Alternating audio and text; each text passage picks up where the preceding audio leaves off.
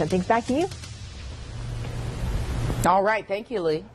Now on bounce, you know, sometimes you have to admit Mama knows best, and who better to ask than Mrs. Stella Mack? She is back for her weekend segment. Weekend segment. Weekly segment. Who wrote weekend in the prompt? Producer Amanda. She wants it to be Friday real bad. She has got something going on this I'm weekend. sorry, boo. It's Tuesday. It's Tuesday. Mama Mack is here. I am here. She's saying, I'm sorry in my ear. Yeah. We know you sorry, honey. Okay, so, of course, Mama Mack is my mom. We have some interesting topics to discuss with her tonight. Here we go. Okay. A college in South Carolina is apologizing after a faculty member gave a prescription bottle of Happy Pills to kids. Yeah.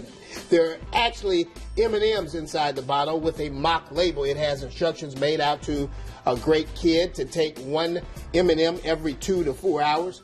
The Myrtle Beach College says the professor meant to serve it as a treat, but many parents are upset because they teach their children not to take pills from those types of bottles. Mama Mack, do you think this was harmless or potentially dangerous, if you will? It's confusing. It's confusing for the kid. You know, I don't see any harm in doing a little gesture like that, but, you know, you also have to look at the other side of the coin where the parents are stressing, you know, don't take medicine from this kind of bottle, but M&Ms. Yeah. Contradictory, though. Yeah. I think their issue, their problem was the fact that it looked like a prescription bottle. And if you're teaching your kids, don't ever take anything out of a bottle that looks like this, then you can kind of understand why they would be up in arms about it. Yeah.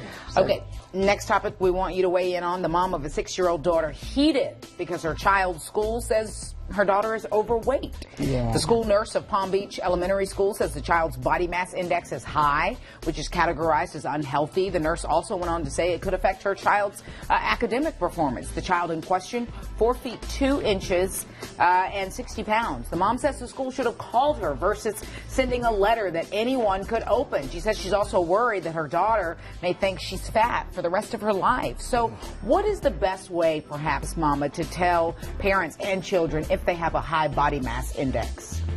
I think they should have more of a one-on-one situation versus sending home a letter, you know, and just, you know, put all the cards on the table and also have good backup information, like nutritional information for them to review and maybe a guideline to follow with her. Hasn't school kind of gotten a little bit like real life, where people used to actually go talk to people one-on-one, and now with the social media stuff, you don't have to talk to anybody if you don't want to just at all? very impersonal. And I also think that this BMI can be very misleading, you know, because you can be perfectly healthy, like according to your doctor, but according to this BMI, I mean, you know, I feel like even when I'm at my goal weight that I'm still working toward, the BMI is going to tell me that I'm still overweight because I'm only 5'1", you know, and that you have to be something like 120 pounds. Well, everybody who's short is not built to be that small, you know, so something to keep in mind. And I think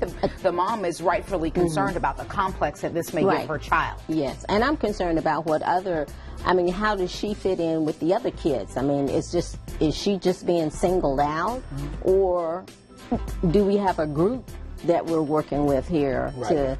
It's a great question. Yeah, so... All right, let's go. I'm sorry. No, I'm good. All right, let's go. Parents in North California are upset with officials at a drive-in theater. This is my favorite one. They're outraged. The theater screened the erotic 50 Shades of Grey movie and the SpongeBob movie, Sponge Out of Water, right next to each other.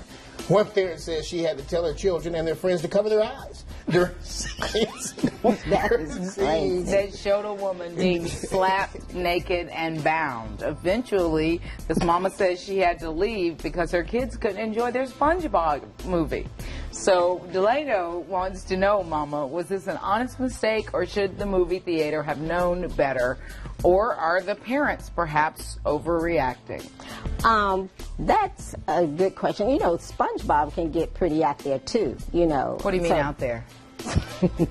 I mean, some of the language that they use in SpongeBob, my kids we don't watch SpongeBob. We like Dora, we like Dr. Stuffing, I think, Muffing, whatever her name is. Anyway, you know, more kid-like.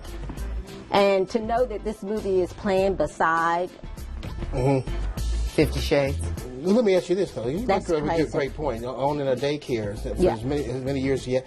Do the parents actively ask you what you're showing the kids? Oh, during the day? they don't have to ask. I'll tell them. Okay. You know, I don't particularly care about, because he uses that STUBIPID word a lot, and kids pick up stuff very easily from watching TV programs. So if you're going to put it in a positive light, put it in a positive light, and, you know, steer away from stuff like that. But do you think this parent was overreacting? I mean, imagine drive-in theaters. The screen is pretty large, and you got SpongeBob right next to, you know, some getting down to it. Did they not know before they drove up in that theater? That's what it looked like right there when they were watching. See, that right there.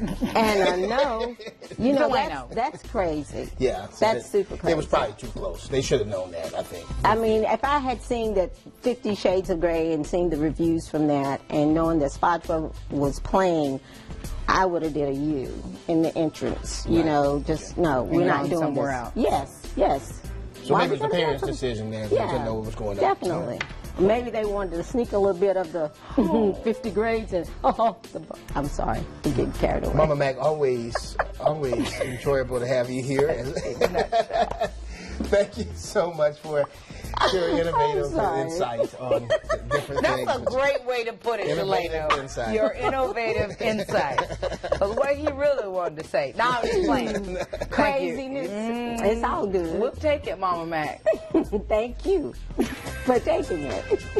You have just a few more minutes to comment on our sound off tonight.